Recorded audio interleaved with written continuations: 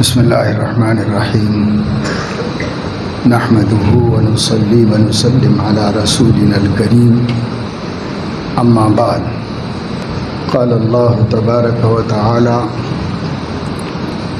والذین یقطعون ما امر اللہ به ان یوصل ویفسدون فی الارض اولئک هم الخاسرون قال النبی صلی اللہ علیہ وسلم المسلم من سلم المسلمون من لسانه ويده او كما قال علیہ الصلاۃ والسلام۔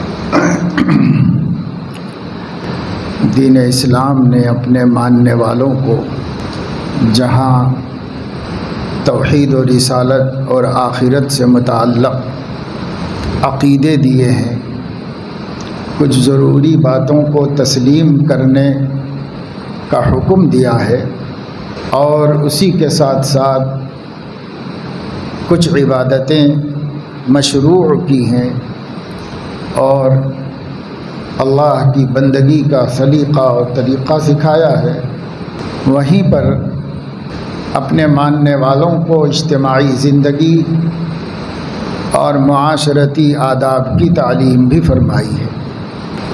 دنیا میں جتنے دین اور مذاہب پائے جاتے ہیں، اگر آپ ان کا مطالعہ کریں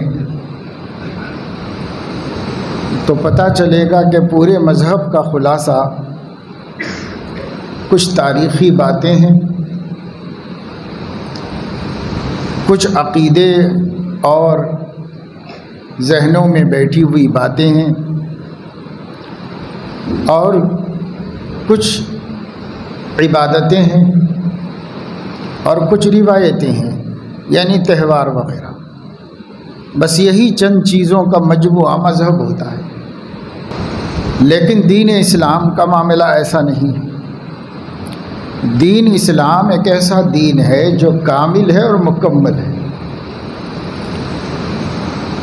ایسا مکمل ہے کہ اس دین کا عقیدہ بھی اپنا ہے جو کسی سے میل نہیں کھاتا، اپنی خصوصیت ہے، اپنی شان کا عقیدہ ہے۔ عبادتیں بھی اپنی ہیں جن پر توحید کا رنگ چڑھا ہوا ہے اور جو تہذیب کی اعلیٰ مثال ہے۔ دین اسلام کی معاشرت بھی اپنی ہے، صرف عقیدہ عبادت نہیں، معاشرت بھی دین اسلام کی اپنی مخصوص ہے۔ دوسری معاشرتوں میں وہ پائی جائیں نہ پائی جائیں، اسلام اپنے ماننے والوں کو اس کا پابند کرتا ہے۔ اسی طرح ہر قوم کی ایک ضرورت، جہاں معاشرت ہے وہیں پر معاملات بھی ہیں۔ کسی بھی اجتماعی زندگی میں ایک دوسرے سے ساجھا ہے، ایک دوسرے سے لین دین ہے، ایک دوسرے سے معاملات ہیں، قرض ہے، ادھار ہے، کرایہ ہے، اجارہ ہے، خرید و فروخت ہے۔ ہر معاشرے کی، ہر قوم کی ضرورت ہے،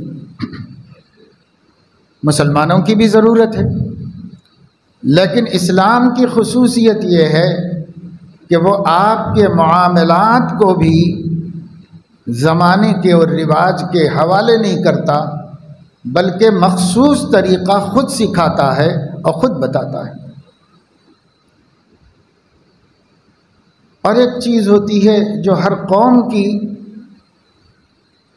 بنیادی ضرورت ہے، اور وہ ہے انسان کے اپنے شخصی صفات، عادات، اخلاق، اپنی ذات میں یہ بندہ کیسا ہے، اس کی صفتیں کیسی ہیں، اس کی عادتیں کیسی ہیں، وہ سب انسان کے اخلاقیات کہلاتے ہیں۔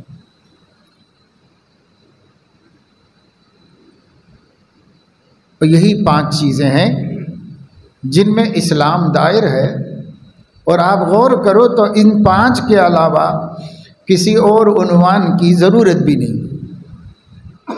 روحانی اعتبار سے ہر آدمی کا کوئی عقیدہ ہونا چاہیے اور اس کی محبت اور اس کی فدویت کا کوئی مرکز ہونا چاہیے۔ یہ عقیدے کہلاتے ہیں جو مسلمانوں کو دیے گئے۔ وہ اللہ کی ذات ہے اور ایک ذات سے جڑ کر چند عقیدے ہیں، سب اللہ کی ذات سے ہی جڑے ہوئے ہیں۔ ہر عقیدہ توحید کا مظہر ہے اور ہر عقیدہ بندے کو ایک مرکز سے جوڑ دیتا ہے، اور وہ مرکز ہے رب تعالی شانہ، وہی مرکز ہے۔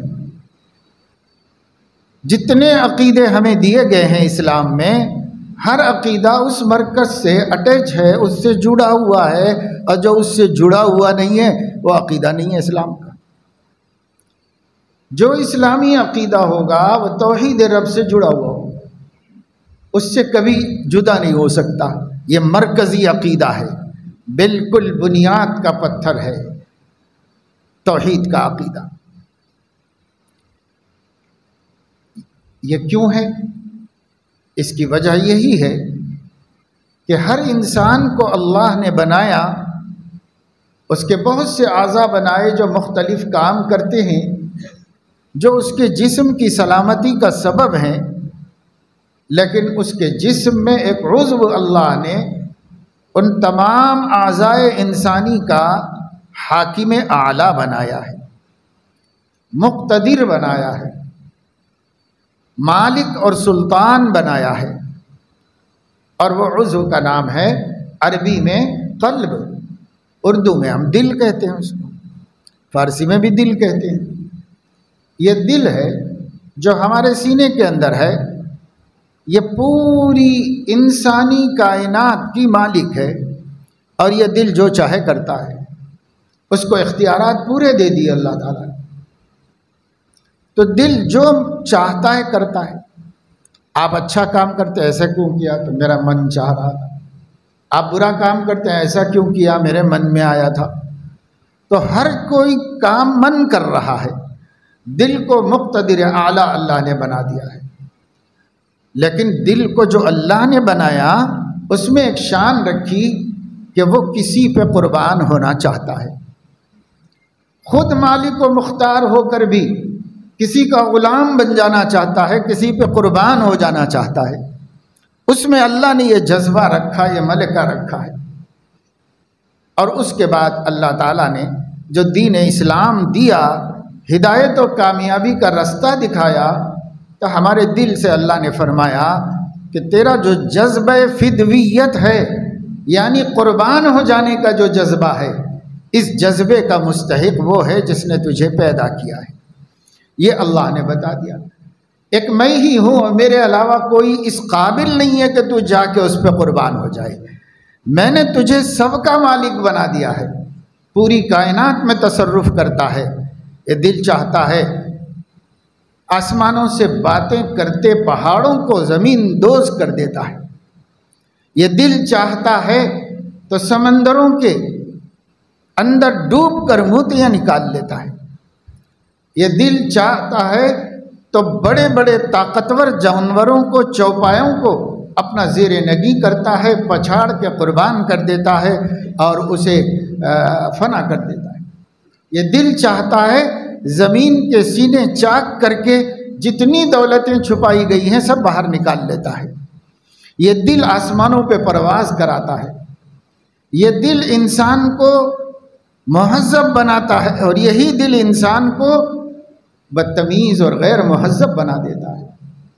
من کو اللہ نے یہ طاقت دی ہے، اسے پوری کائنات کا مالک بنا کر اس کو بتایا ہے کہ تیرا مالک میں ہوں، سب تیرے اوپر قربان ہیں، تو میرے اوپر قربان ہو۔ یہ اللہ نے دل کو سبق دیا ہے۔ جس کے دل نے اللہ کو فدویت کا مقام بنایا ہے وہ اللہ کا بندہ ہے، اور جس کے دل نے غیر اللہ کو اپنے قربان ہونے کا مرکز بنایا ہے وہ غیر اللہ کا بندہ ہے، وہ اللہ کا بندہ نہیں۔ اللہ کا بندہ وہ ہے جو دل اللہ پہ قربان ہے، وہی اللہ کا بندہ ہے، اور جس کا دل اللہ پہ قربان نہیں وہ اللہ کا بندہ نہیں۔ اسی ایک چیز سے خدا کا بندہ ہونا اور غیر کا بندہ ہونا ثابت ہو جائے۔ دل کس پہ مر رہا ہے، دل کس پہ قربان ہو رہا ہے؟ اللہ پر، اللہ کی وجہ سے نبی پر، اللہ کی وجہ سے دین پر، اللہ کی وجہ سے دین کے راستے کے مجاہدوں پر، اللہ کی وجہ سے ماں باپ پر، اللہ کی وجہ سے بیوی بچوں پر، اللہ کی وجہ سے مال دولت پر، جس سے بھی اس کا رشتہ ہے تو اگر ڈائریکٹ ہے تو یہ حرام اور ناجائز رشتہ ہے، اور اگر اللہ کے واسطے سے ہے تو وہ جائز اور حلال اور پسندیدہ اور قرب الہی کا سبب ہے۔ واسطہ مگر اللہ کا ہونا پڑے گا۔ ڈائریکٹ آپ کسی چیز کو اپنا دل نہیں دے سکتے، کسی کو بھی نہیں دے سکتے، تھرو ہے، اللہ سے ہو کے جائے گا۔ بیوی کو چاہو لیکن اللہ سے ہو گئے کہ اللہ کے حکم کی وجہ سے، اللہ کے حکم کے مطابق۔ بچوں سے محبت کرو مگر ڈائریکٹ نہیں، اللہ کی وجہ سے، اللہ کے حکم کے مطابق۔ ماں باپ سے بھی محبت کرو پر براہ راست نہیں کر سکتے، اللہ کی وجہ سے، اللہ کے حکم کے مطابق کرو۔ سیم و زر سے، مال و دولت سے محبت کرو، منع نہیں ہے پر ڈائریکٹ نہیں ہے، اللہ کی وجہ سے، اللہ کے حکم کے مطابق کرو۔ کاروبار سے محبت رکھو، اللہ کی وجہ سے، اللہ کے حکم کے مطابق رکھو۔ جائیدادوں سے، زمینوں سے، کھیتیوں سے، باغوں سے محبت رکھو، کوئی بات نہیں، دل لگتا ہے تو لگنے دو پر ڈائریکٹ نہیں لگ سکتا، اللہ کی وجہ سے، اللہ کے قانون کے مطابق لگ سکتا۔ یہی فرق ہے بندگی میں اور بغاوت میں۔ بندہ بن کر رہنا ہے تو جو کام بھی کرو اس میں نسبت اللہ کی ہونی چاہیے، اگر اللہ کی نسبت نہیں ہے تو پھر یہ تمہارے لیے درست نہیں ہے، تمہارے لیے جائز ہے۔ اللہ نے ایسا نہیں کیا کہ بالکل ہی ہمیں کوئی چیز کی طرف نہیں دیکھ سکتے، کسی چیز سے محبت نہیں رکھ سکتے، ایسا اللہ پاک نے کچھ نہیں کیا۔ بہت چیزیں ہمارے من کی پسند اللہ نے ہمارے لیے حلال کر کے رکھی، لیکن اسی وقت حلال ہیں جب کہ وہ خدا کی نسبت سے ہو، اور اگر خدا بیچ میں نہیں ہے تو جس میں خدا نہیں ہے وہ تمہارے لیے حلال نہیں ہے، وہ تمہارے لیے حرام ہے۔ اس لیے کرنا اتنا ہے کہ حرام کی طرف تو نظر بھی نہیں اٹھا کے دیکھو، اور حلال کو اپنا محبوب بناؤ، مرغوب بناؤ، حلال کے لیے محنت کرو، حلال کو پاؤ اور جمع کرو۔ اور اس میں اتنا اور کر لینا ہے کہ یہ ڈائریکٹ اور براہ راست محبت نہیں ہو سکتی، یہ محبت اسی مرکز پہ جائے گی جو مرکز محبت اللہ کی ذات ہے، اس مرکز پہ جائے گی، وہاں اجازت لے گی، پھر یہاں آئے گی۔ اور اگر اللہ کی اجازت نہیں تو نہیں آئے گی۔ اللہ کی اجازت کیسے لیں گے آپ کیسے پوچھیں گے اللہ سے؟ تو ہماری محبت اللہ کے پاس جائے گی، اور جس سے محبت کرنا چاہتی ہے اگر اللہ اس کی اجازت دیتے ہیں، یعنی قرآن و سنت میں اجازت ہے تو ادھر جائے گی، نہیں ہے تو رک کے واپس آ جائے گی کہ بھئی ہمیں اللہ سے اجازت نہیں ملی، اب ہم یہ محبت نہیں کر سکتے۔ نفس پرستوں نے، بدماشوں نے ایک حسین جملہ چلا دیا ہے کہ محبت پاکیزہ چیز ہے، محبت پاکیزہ ہی ہوتی ہے، ناپاک نہیں ہوتی، لہذا آپ کسی سے بھی کرو پاک ہے۔ یہ کہہ کر غیروں سے، نامحرموں سے ناجائز محبتیں چلا رہے اور کہہ رہے محبت ایک پاکیزہ چیز ہے۔ یہ بے دینوں نے، زندیقوں نے چلائی ہوئی بات ہے، اللہ رسول نے نہیں کہی ایسی بات۔ اللہ تعالیٰ اور اس کا رسول یہ کہتا ہے جو محبت خدا کی نسبت سے ہو وہ پاکیزہ محبت ہے، اور جو محبت خدا تعالیٰ کو چھوڑ کر ہو وہ ناپاک محبت ہے، وہ ناجائز محبت ہے، اس محبت کا صلہ اور انجام جہنم اور اس کے عذاب ہے، چاہے آپ کی نیت کتنی اچھی کیوں نہ ہو۔ لوگ کہتے ہیں کہ فلاں لڑکی سے مجھے محبت ہے، وہ دین پسند ہے، وہ حجاب کرنا چاہتی ہے، وہ دین سیکھنا چاہتی ہے، اس لیے میں دین کی وجہ سے اس سے تعلق رکھوں۔ 100% جھوٹ ہے، کوئی دین وین نہیں ہے، نفس ہے، نفس کے علاوہ اور کچھ بھی نہیں، سب بیکار باتیں ہیں جو نفس کا دھوکہ ہے، سراسر دھوکہ ہے نفس۔ اگر دین ہوتا، خدا ہوتا دل میں، تو جب خدا نے منع کر دیا ہے تو آپ کو کیوں بھلائی سوچ رہی ہے؟ یہ اس کے باپ کی ذمہ داری ہے، یہ اس کی ماں کی ذمہ داری ہے، یہ اس کے حقیقی بھائی کی ذمہ داری ہے۔ آپ کی کیا ذمہ داری ہے؟ آپ کو اللہ نے منع کر دیا ہے، آپ بنا میں رہو، آپ دور رہو، آپ نگاہ کی حفاظت کرو، اپنے دل کے رخ کو پھیر لو کہ یہ ڈائریکٹ جا رہا ہے، نہیں جانے دیں گے۔ اللہ کے توسط سے جاتا ہے تو جانے دیں گے۔ اللہ کے توسط سے یہ ہے کہ آپ اس لائق ہیں تو آپ پیغام بھیجیے نکاح کا، اگر منظور ہو جائے تو کر لیجیے، پھر اس سے جتنی چاہے محبت کیجیے۔ یہ اللہ کے توسط سے آئی ہے، یہ اللہ کے قانون کے مطابق ہے، یہ پاکیزہ محبت ہے، اس محبت پر اجر ہے، اس محبت پر ثواب ہے۔ یہ محبت نبی بھی اپنی بیویوں سے کیا کرتے تھے، آپ بھی کیجئے، اجر و ثواب کا کام۔ لیکن جب وہ خدا تعالیٰ تک نہیں گئی اور ڈائریکٹ اس کی چوکھٹ پہ چلی گئی تو غیر اللہ کی چوکھٹ پہ جانے والا مشرک ہے۔ یہ شرک کیوں کر رہے ہو؟ یہ شرک عملی ہے، یہ عملی شرک ہے۔ ایسا شرک کیوں کر رہے ہو؟ ڈائریکٹ وہاں کیوں گئے؟ اللہ کی چوکھٹ پہ جا کے وہاں پر جاتے آپ تو یہ آپ کے لیے جائز و درست تھا۔ اور خدا کی چوکھٹ پر اجازت لینے کا مطلب خدا کی بھیجی ہوئی شریعت سے پوچھنا۔ اگر شریعت میں گنجائش ہے تو کرو، نہیں گنجائش ہے تو دستبردار ہو جاؤ، چاہے اس کے لیے جان دینا پڑے۔ تو دین اسلام ایسا مکمل دین ہے، آپ کو کہیں بھی نہیں چھوڑتا اکیلا، آپ کو کہیں بھی من کا پابند نہیں بننے دیتا۔ من کو مالک بنا دیا پوری کائنات کا، لیکن من سے کہہ دیا کہ تیرا مالک میں ہوں، لہذا اپنے مالک کو چھوڑ کے کہیں نہیں جا سکتے۔ اپنے مالک کا خیال کرو، پھر جتنا تم کو ہم نے دے دیا ہے سب لے لو، مگر اپنے مالک کو ناراض کر کے نہیں، مالک کو راضی رکھ کے کر سکتے ہو۔ یہ اللہ تبارک و تعالی شانہ نے ہمارے دل کو پابند کیا۔ تو دیکھو، دل انسان پر مالک ہے، انسان پوری کائنات کا مالک ہے، اس کا مالک قلب ہے، اس کا مالک اللہ رب العزت ہے۔ تو اپنی ملکیت میں تو جو چاہے کر رہا ہے، لیکن خود کسی کا مملوک ہے، اس کے مالک کے بارے میں سوچ ہی نہیں رہے۔ اپنے مالک کے بارے میں سوچو۔ یہی ایک فلسفہ ہے اسلام کا کہ اللہ نے جو چیزیں تمہارے لیے حلال و حرام کر دی ہیں اس کو تم مد نظر رکھو، حلال کی رغبت رکھو، اور وہ بھی اللہ کی نسبت سے رکھو، تاکہ تمہارا ہر قول، تمہارا ہر فعل توحید کے رنگ میں رنگا ہوا۔ صبغۃ اللہ ومن احسن من اللہ صبغہ ونحن له عابدون۔ تمام انبیاء کا یہ مزاج، وہ اللہ کے رنگ میں رنگے، توحید کے رنگ میں رنگے۔ ومن احسن من اللہ صبغہ، کوئی زعفرانی رنگ میں رنگتا ہے، کوئی ہرے رنگ میں رنگتا ہے، کوئی پیلے رنگ میں رنگتا ہے، کوئی لال رنگ میں رنگتا ہے۔ لوگوں نے اپنے رنگ بنا لیے ہیں۔ اللہ فرما رہا ہے صبغۃ اللہ، اللہ کا بھی ایک رنگ ہے اور اس سے اچھا کوئی رنگ نہیں۔ وہ رنگ کیا ہے؟ نحن لہ عابدون، ہم اسی ایک خدا کو جانتے ہیں، اسی ایک مالک کو جانتے ہیں، اسی کو خوش کرتے ہیں، اسی کے لیے جیتے ہیں، اسی کے لیے نماز پڑھتے ہیں، اسی کے لیے قربانی دیتے ہیں، اسی کے لیے مرتے ہیں، اسی پہ قربان۔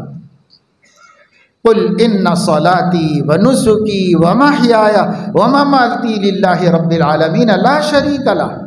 اے نبی صلی اللہ علیہ وسلم، آپ فرما دیجئے میری نماز، میری قربانی، میرا جینا، میرا مرنا سب اللہ لا شریک کے واسطے ہے، اور میرا کوئی رنگ نہیں، میرا رنگ توحید کا ہے۔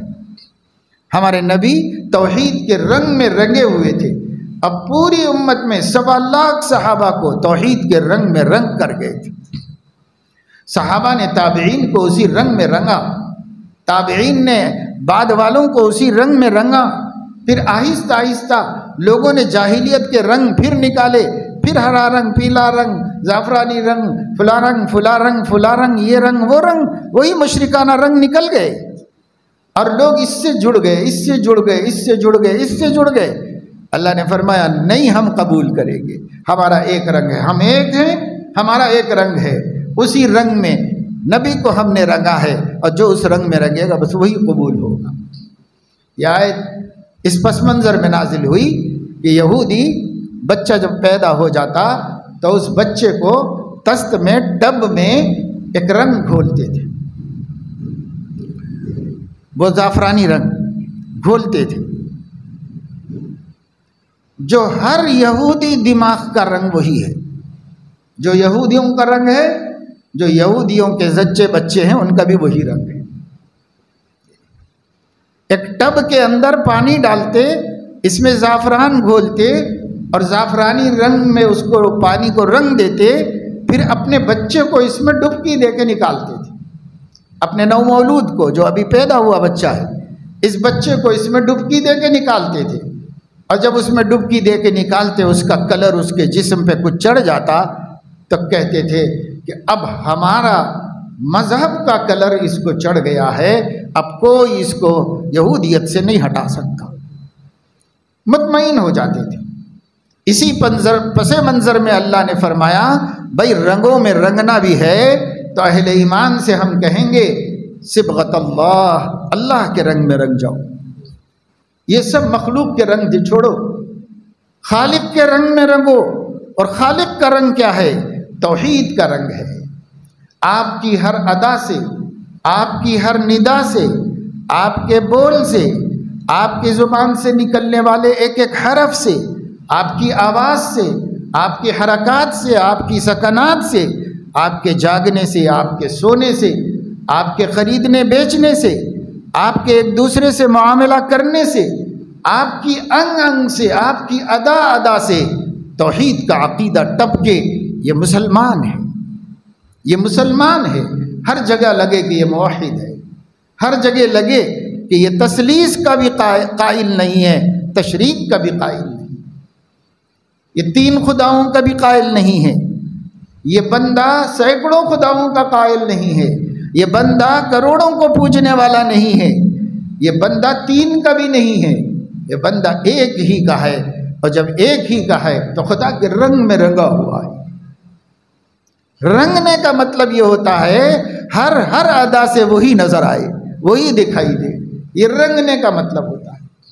اگر آپ روئی کو کسی چیز میں رنگ دیں، تھوڑا رنگا ہے تو اوپر اوپر سے وہ رنگ نظر آئے گا، اگر آپ اس کو پھوڑ دیں تو اندر سفیدی نظر آئے گی، لیکن آپ اس کو کسی کلر میں رکھ کے چھوڑ دیں اتنا کہ وہ پورا روئی کا گالا اس کلر کو چوس لے اور جذب کر لے، سارا کلر اپنے اندر تک لے لے، پی لے اس کو،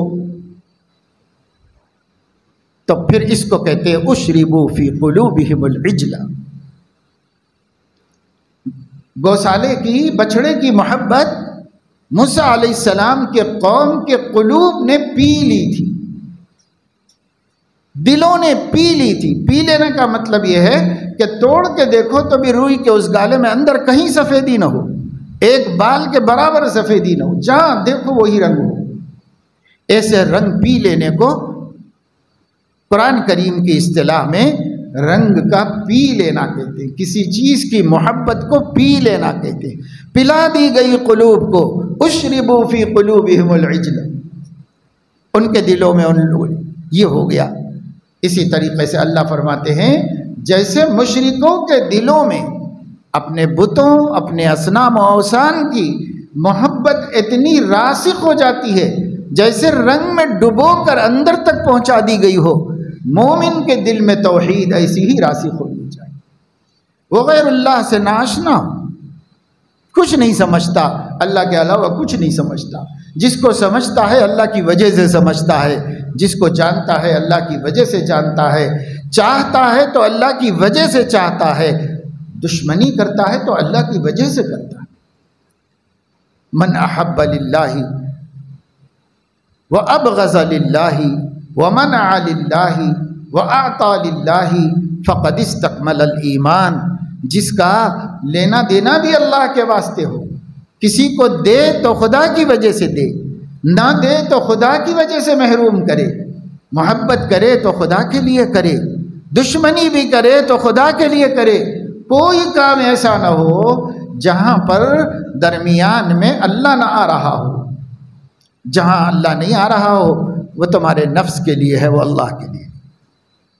اس لیے اپنے دل کو توحید کے رنگ میں جو رنگ لے گا، جو اپنی پوری زندگی کو اسلام کے رنگ میں رنگ لے گا، تو اس کی زندگی میں کوئی حرکت و سکون اسلام کے خلاف نہیں۔ اب اس کا عقیدہ دیکھو تو اسلامی، کوئی عقیدے میں جھول نہیں ہے۔ اسلامی عقیدہ وہ ہے جو توحید کے رنگ میں رنگا ہوا ہو۔ جو عقیدہ دیکھو اسلامی عقیدہ ہے، کیونکہ اسلام میں وہ ڈوب کے نکلا ہے، اس کو اس کے اندر ڈبکی دی گئی ہے اسلام کے اندر، اس لیے وہ اس کے ہر حرکت و سکون سے اسلام اسلام اور اسلام۔ اسی طریقے سے عبادت کرے گا تو اسلامی عبادت کرے گا۔ اسلامی عبادت وہ ہے جہاں دور دور تک شرک کا اور نفاق کا شائبہ نہ ہو۔ اسلامی عبادت کی شان ہی توحید ہے۔ اگر توحید کامل ہے، معرفت خالص ہے، تو وہ عبادت ہے، نہیں تو وہ عبادت اللہ کی عبادت نہیں۔ ہر چیز میں اللہ ہونی چاہیے، اللہ ہونا چاہیے، اللہ ہو، اور اللہ کا ہونا بھی احکام کے مطابق ہو۔ بسا اوقات انسان اللہ ہی کے واسطے کوئی کام کرتا ہے، نیت اچھی ہے، سلامت ہے، خلوص ہے، لیکن حکم کے مطابق نہیں ہے، تو حکم کے مطابق نہ ہونے سے بھی وہ مردود ہو جائے گا عمل۔ اس لیے میں نے شروع میں بار بار آپ کو یہ بتائی کہ اللہ کی وجہ سے اللہ کے حکم و قانون کے مطابق دو شرطیں ہیں، دونوں شرطیں پائی جائیں۔ آپ نے نماز پڑھی، یہ صرف اللہ کے واسطے پڑھی ہے، اور یہ نماز اللہ کے قانون کے مطابق پڑھی ہے، تب یہ آپ کا عمل بندگی کا عمل ہے۔ اللہ کی وجہ کا مطلب یہ ہے کہ کسی اور کو دکھانا مقصد نہیں تھا، اور اللہ تعالیٰ کا حکم ہے بھائی اس وجہ سے نماز پڑھنے جا رہا ہوں، یہ اللہ کی وجہ سے ہو گیا۔ اللہ کے حکم کے مطابق کا مطلب یہ ہے کہ وہ پڑھنا نبی کے طریقے کے مطابق ہو۔ جب دو چیزیں جمع ہو جائیں گی بندگی ہو جائے گی، اللہ اس عمل کو قبول فرما لے گا اور اپنے بندوں میں شمار فرما دے گا۔ اس لیے یہ دو چیزیں اپنے اندر ہونی چاہیے، اللہ کی وجہ سے کرو اور اللہ کے کہنے کے مطابق کرو۔ طریقہ بھی اپنا نہیں ہوگا اور نیت بھی غیر اللہ کی نہیں ہوگی، طریقہ بھی غیر اللہ کا نہیں ہوگا، تب جا کے ہم مسلمان کہلائیں، اللہ کے مومن بندے ہیں، اللہ سے باغی نہیں ہیں، اللہ کے وفادار ہیں۔ یہ سب سیکھنے سے آدمی کے اندر پیدا ہوتا ہے، محنت کرنے سے یہ صفات پیدا ہوتی ہے، اس کے لیے وقت دینا پڑتا ہے، اس کے لیے اسباب اور تدبیریں اختیار کرنی پڑتی ہیں، تب جا کر آپ کو یہ شان حاصل ہوتی ہے۔ نہیں تو محنت تو کر رہے ہیں بھائی، کام بھی کر رہے ہیں، خوش فہمی میں بھی ہیں کہ ہم بڑے دیندار ہیں، پر اللہ ہی بہتر جانتا ہے کہ اس دینداری کا کیا معیار ہے، کیا اللہ پاک نے اس کو اپنے لیے اور اپنے قانون کے مطابق مانا ہے۔ اگر مانا ہے تو قبول ہو جائے گا، اور اگر نہیں مانا ہے تو مردود ہو جائے گا، نہیں قبول ہوگا۔ اس لیے محنت کرنی پڑتی ہے، مسلسل کوشش کرنی پڑتی ہے، آدمی کوشش کرنے والا کامیاب ہوتا ہے۔ صحابہ کرام اسی رنگ میں رنگ گئے تھے، صحابہ کرام اسلام کے سانچے میں ڈھل گئے تھے، وہ جو بولتے، وہ جو کرتے، وہ جو ان کی حرکت ہے یا سکون ہے، سب اسلام کے مطابق، سب اسلام کے مطابق۔ اسی وجہ سے ان کو حجت بنا دیا گیا۔ حضرت صلی اللہ تعالی علیہ وسلم نے ارشاد فرمایا ہے، طوبیٰ لمن رآنی، بہت خوش قسمت ہے اور بڑے نصیبے والے ہیں وہ لوگ جن کی آنکھوں نے مجھے دیکھا ہے۔ یہ صحابہ تھے جن کی آنکھوں نے نبی کو دیکھا تھا، چاہے ایک لمحے کے لیے ایک ہی دفعے دیکھا ہو، لیکن روئے انور کی زیارت کی ہے اس آنکھ نے۔ طوبیٰ لمن رآنی، نبی فرمانے نہایت خوش قسمت دنیا کا وہ انسان ہے چاہے کتنا محتاج غریب ہو۔ 72 صحابہ صفہ پر رہتے تھے، صحیح بخاری میں ہے کہ اتنا کپڑا بھی نہیں تھا کہ سطر چھپا سکے، لیکن مقام کیا ہے صاحب؟ مقام یہ ہے کہ آگ کو جرأت نہیں، جہنم کے آگ کو جرأت نہیں کہ نبی کو دیکھنے والے کو جلا سکے، جرأت نہیں۔ پر یہ دیکھنا ایمان کی حالت میں ہو، ورنہ مشرکوں نے بھی دیکھا ہے۔ یہ دیکھنا ایمان کی حالت میں ہو، جو مومن ہے اس کا دل صاف ہے، جب نبی کی نظر پڑے گی دل کی دنیا آباد ہو جائے گی۔ اور جو کافر ہے اس کا دل گدلا اور گندا ہے، نبی نظر 10 دفعے بھی ڈالیں گے، نظر میں کوئی کمی نہیں ہے، مگر دل اس کو قبول کرنے کے قابل نہیں ہے۔ اس لیے اس سیاہ اور گندے اور کالے اور میلے دل پر نبی کی نظر کا اثر نہیں، پر کوئی ایمان والا اس لائق ہے کہ نبی کی نظر کو قبول کرے، اس لیے ایک نگاہ ڈالی، اس نگاہ نے اس کے ایمان کو عرش تک پہنچا دیا۔ اب کوئی ان جیسا نہیں ہو سکتا۔ تو یہ تو صحابہ کی بارے میں فضیلت ہو گئی، لیکن آگے بڑھ کر سنیے کہ حضور علیہ السلام کیا فرما رہے ہیں، وَطُوبَى لِمَنْ رَآ مَنْ رَآنِي، جس نے مجھے دیکھا اس کو دیکھنے والا بھی خوش قسمت ہے۔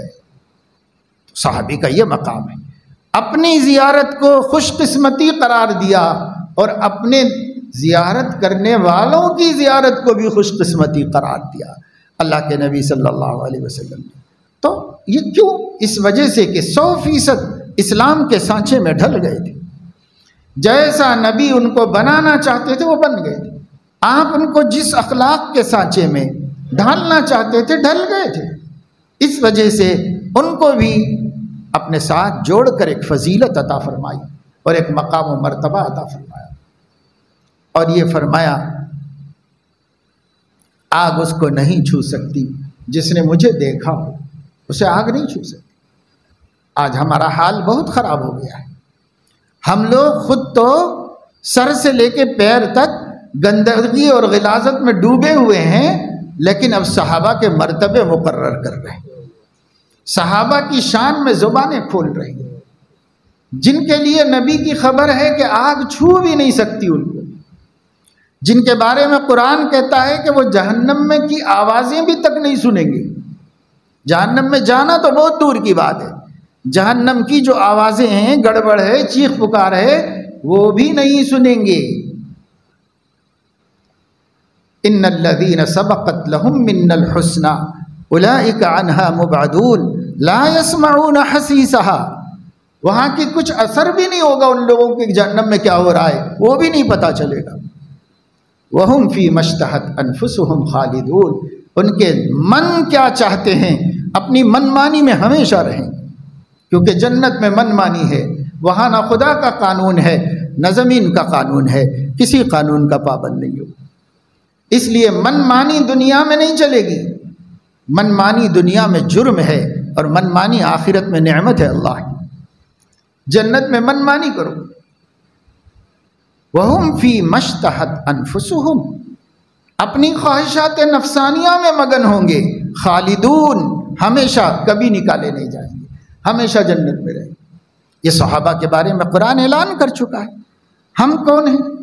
ہمارا حال یہ ہے کہ سر سے لے کے پیر تک 24 گھنٹے اللہ کی ناراضگی میں، غضب کے کاموں میں، گناہوں میں مبتلا، لت پت، گندے، نجس و ناپاک جی رہے ہیں، اور زبانوں کو جرأت یہ ہو گئی ہے کہ فلاں صحابی کا یہ مقام، فلاں صحابی یہ غلطی کرتے ہیں، فلاں صحابی یہ، فلاں یہ۔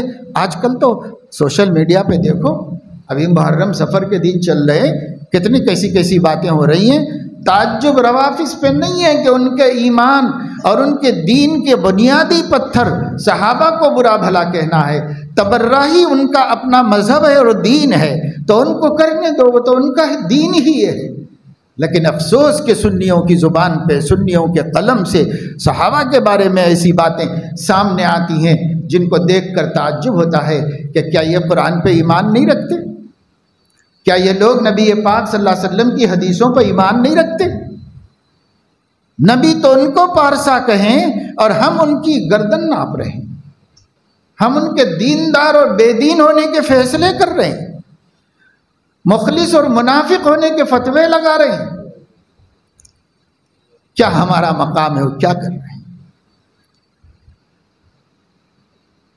اس کو کہتے ہیں سورج پہ تھوکنا۔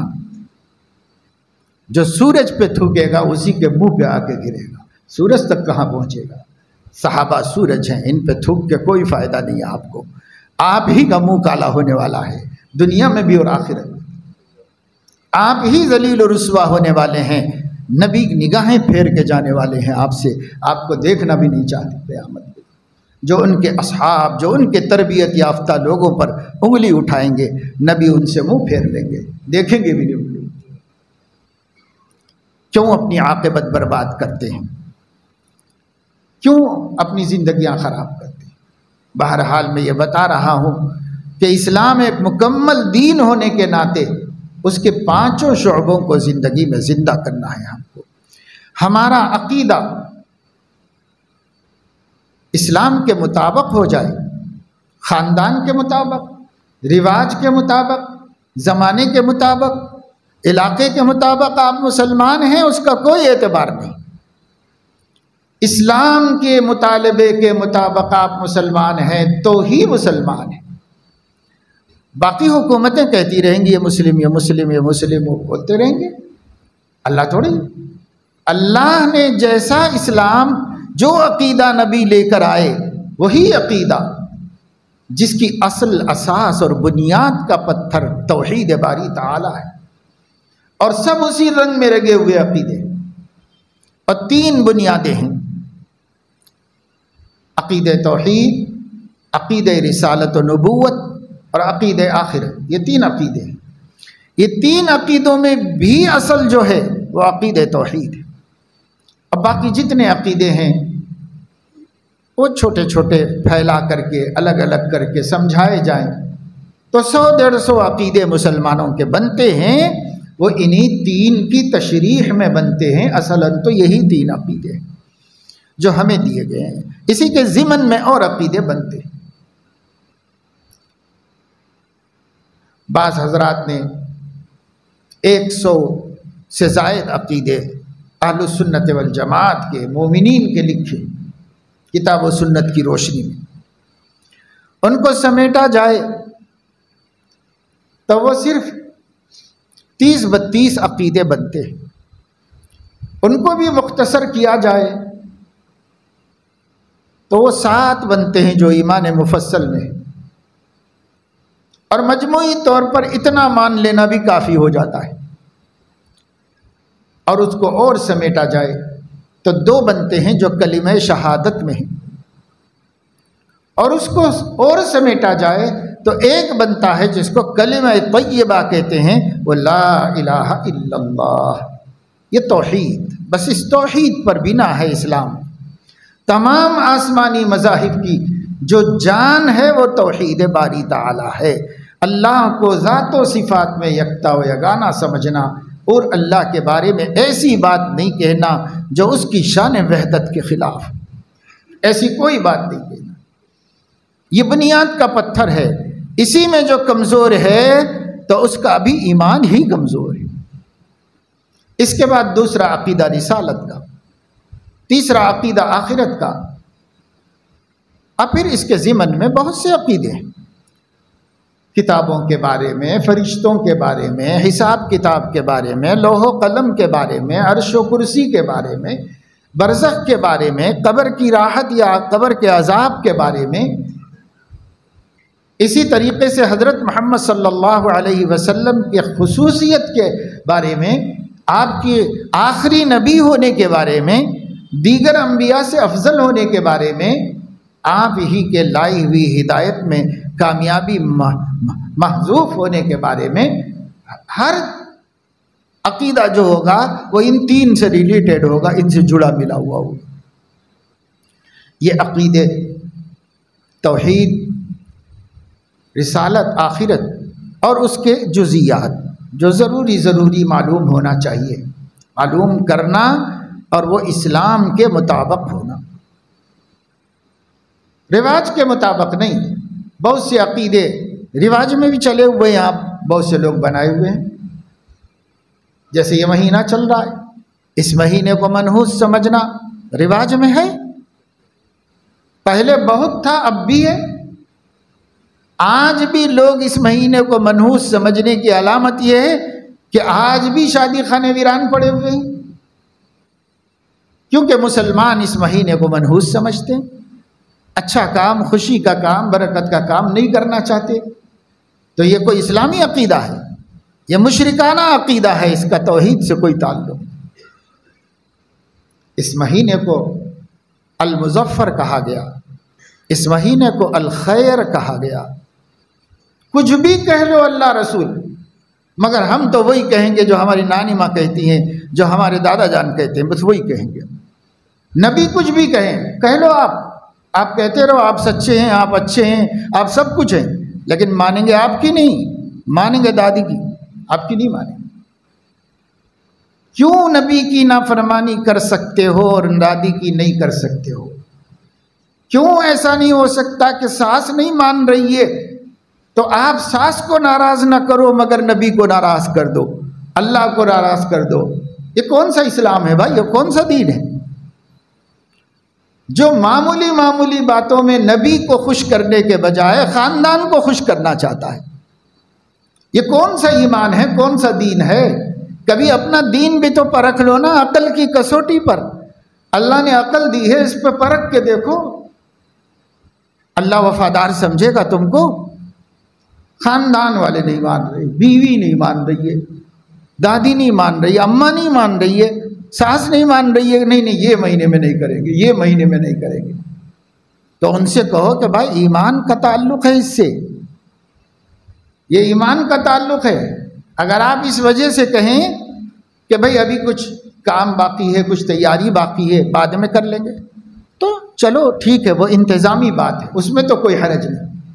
اگر آپ یوں کہو کہ اس مہینے میں نہیں کرنا ہے تو یہ ایمان کا مسئلہ ہے، میں ایمان کا سودا نہیں کروں گا، اسی مہینے میں کروں گا، چاہے آپ ناراض ہو جائیں، اللہ کو ناراض نہیں کیا جائے گا۔ ناراض کرنے کے قابل پوری کائنات ہے، اللہ تو صرف راضی رکھنے کے قابل ہے، ناراض کرنا اللہ کے لیے نہیں ہے۔ اس لیے میں نے آپ کو شروع میں بتایا، پوری کائنات اللہ نے ہمیں دے دی اور ہمارے اوپر ہمارے دل کو حاکم بنا دیا اور دل پر اپنے کو مالک بنایا ہے، لہذا دل کو مان کے چلنا پڑے گا کہ میرے آقا کو میں ناراض نہیں کر سکتا، مان کے چلنا پڑے گا۔ آپ کے ہاتھ پیر اپنے آقا کو ناراض نہیں کر رہے، دل بول رہا ہے کہ یہ نامحرم عورت کو دیکھوں، دل بول رہا ہے تو آنکھ نافرمانی نہیں کر رہی، دیکھ کے بتا رہی، دکھا رہی ہے۔ دل بول رہا ہے کہ غیبت سنو تو کان آپ کو ناراض نہیں کر رہے ہیں، کان آپ کو سنا رہے ہیں۔ دل بول رہا ہے کہ کسی کی چیز چوری کر لوں، ہاتھ آپ کی نافرمانی نہیں کر رہا ہے، آپ کو چوری کر کے دے رہا ہے۔ دل بول رہا ہے کہ فلم دیکھنے کے لیے جاؤں تو پیر آپ کی نافرمانی نہیں کر رہا ہے، جا کے بتا رہا ہے۔ دل بول رہا ہے کہ بدکاری کروں تو شرمگاہ بھی آپ کی نافرمانی نہیں کر رہی ہے، کر کے دے رہی ہے آپ کو۔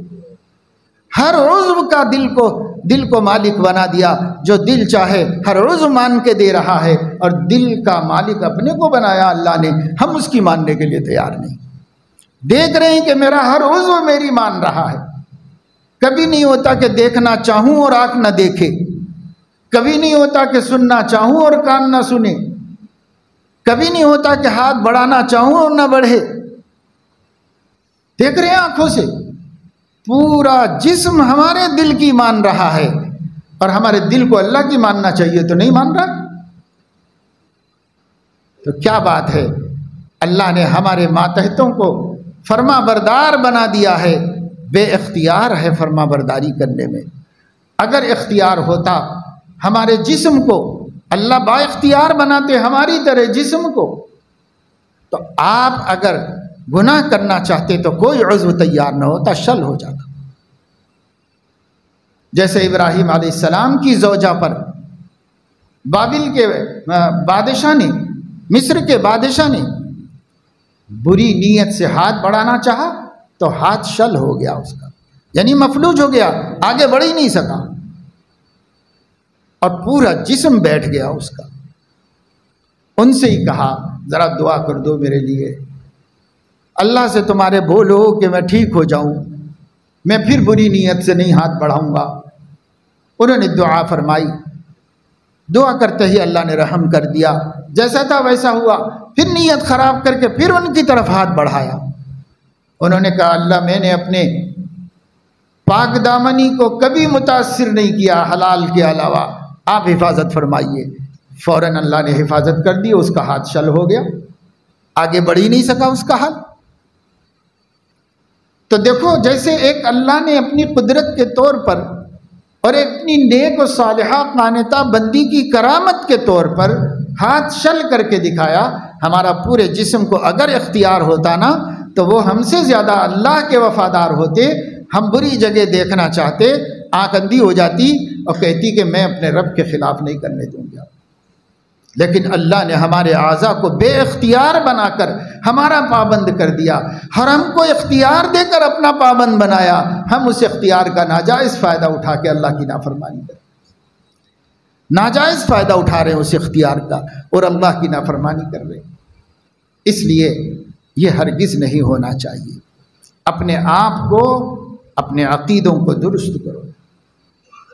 کوئی عقیدہ توحید کے خلاف ہمارے گھر میں نہیں ہونا چاہیے، ہمارے دل میں نہیں ہونا چاہیے، ہمارے بیوی بچوں میں نہیں ہونا چاہیے۔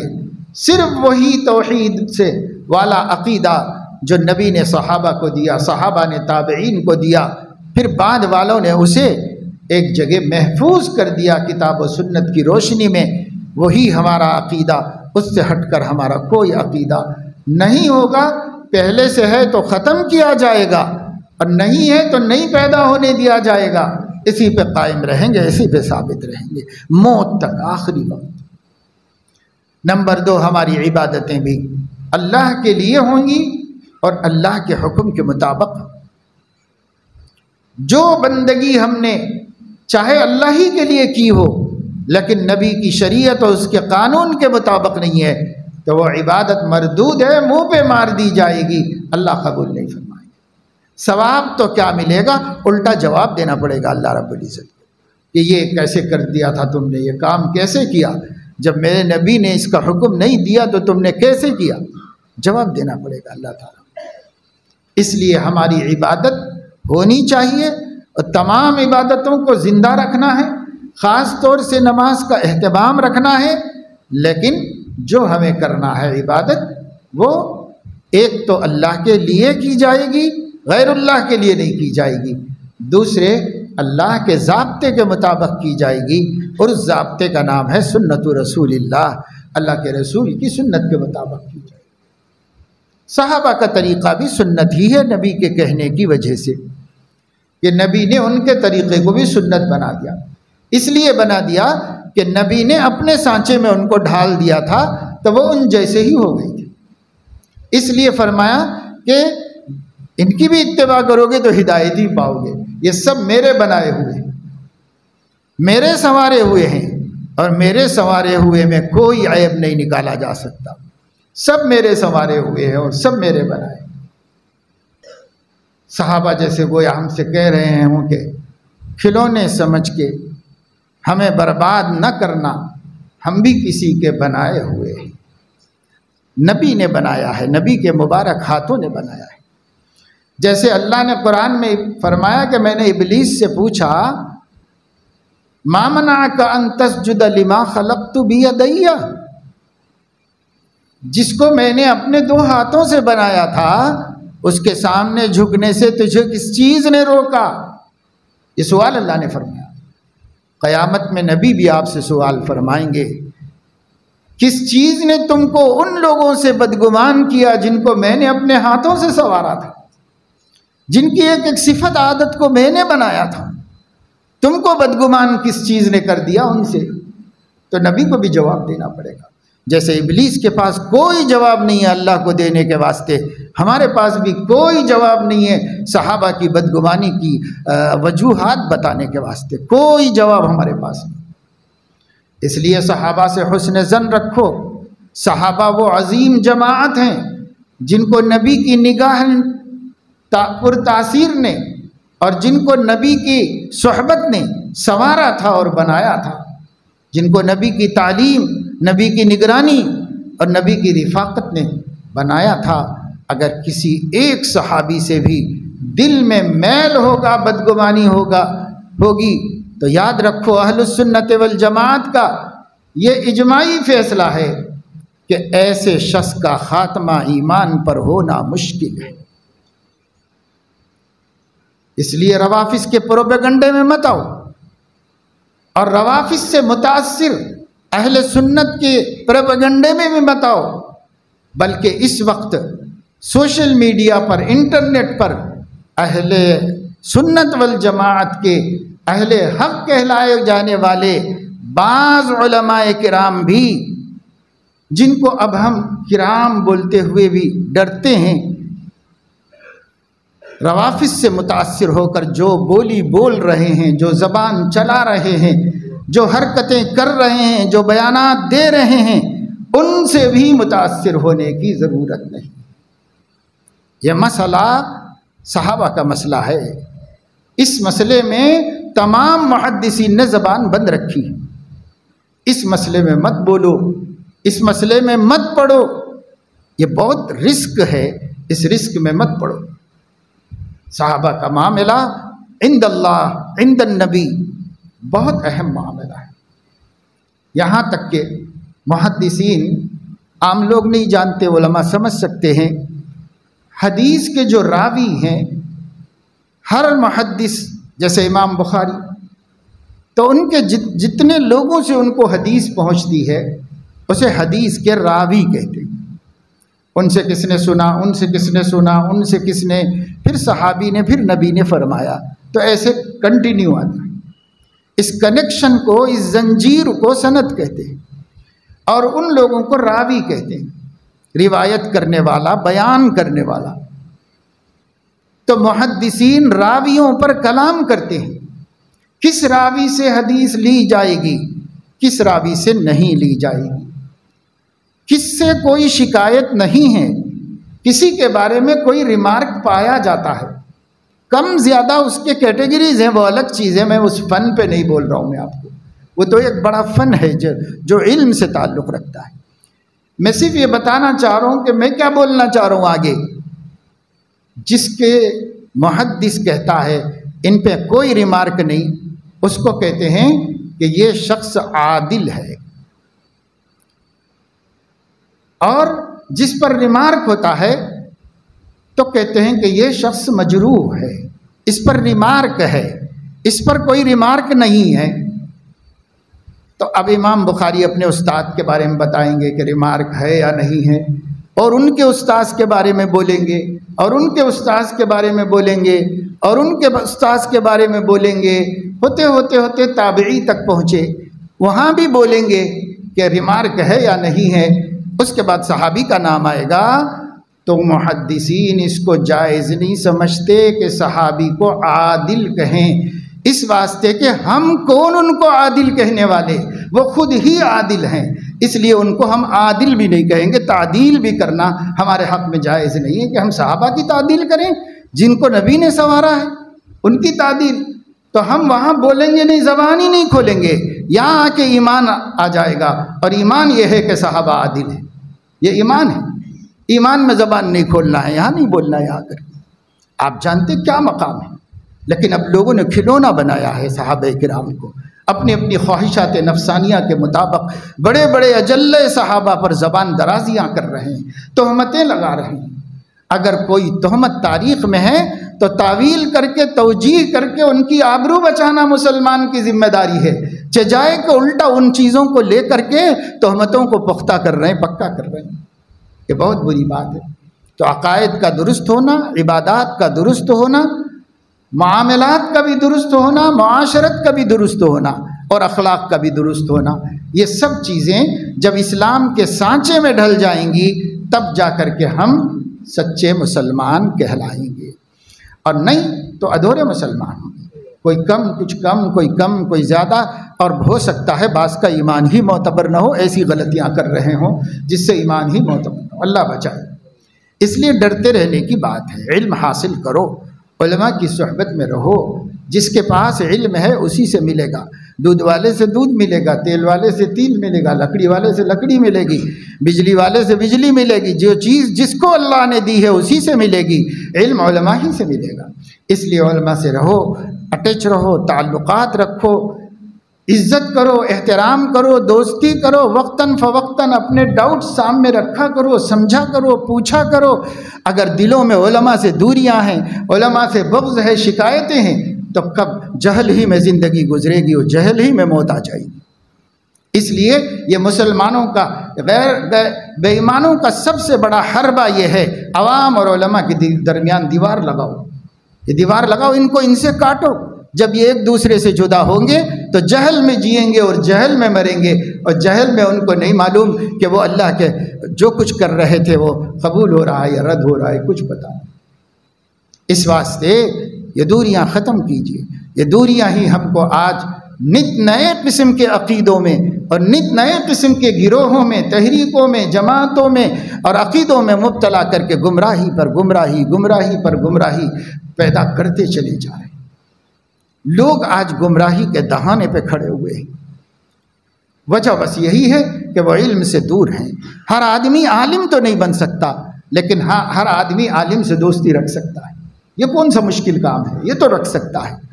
لیکن کوشش کی جا رہی ہے اس زمانے میں، ہر جماعت کوشش کر رہی ہے کہ عوام اور علماء کے درمیان میں بدگمانیاں اور فاصلے پیدا ہو جائیں، اور یہ فاصلے پھر اپنی چلانے کا موقع دیں گے۔ اور اگر یہ فاصلے نہیں رہیں گے، ہم کچھ بولیں گے وہ جا کے عالم سے پوچھ لے گا، تو ہماری نہیں چلے گی۔ اپنی گمراہیاں پھیلانے کے لیے پہلا کام عوام کو علماء سے بدگمان کر کے دور کر دینا۔ جب فاصلہ پیدا ہو گیا، اپنی گمراہیاں جتنی چاہے پھیلاؤ، چلاؤ، آیتیں پڑھو، حدیثیں پڑھو، بھٹکاتے رہو لوگوں۔ اللہ بچائے اور مسلمانوں کو اپنی اس کمزوری کا احساس نصیب فرمائے۔ یہ بڑی بنیادی غلطی ہے جو مسلمانوں نے اختیار کی ہے، اس کو جلد سے جلد ختم کریں گے۔ جتنا جلدی ختم کریں گے اور عوام اور علماء کے درمیان اتحاد اور موافقت اور محبت پیدا ہوگی، تو پھر جہل کے گڑھوں میں گرنے سے یہ امت بچے گی، ورنہ گرتی چلی جائے گی۔ اللہ مجھے آپ کو سب کو توفیق عمل نصیب فرمائے، آمین۔ وآخر دعوانا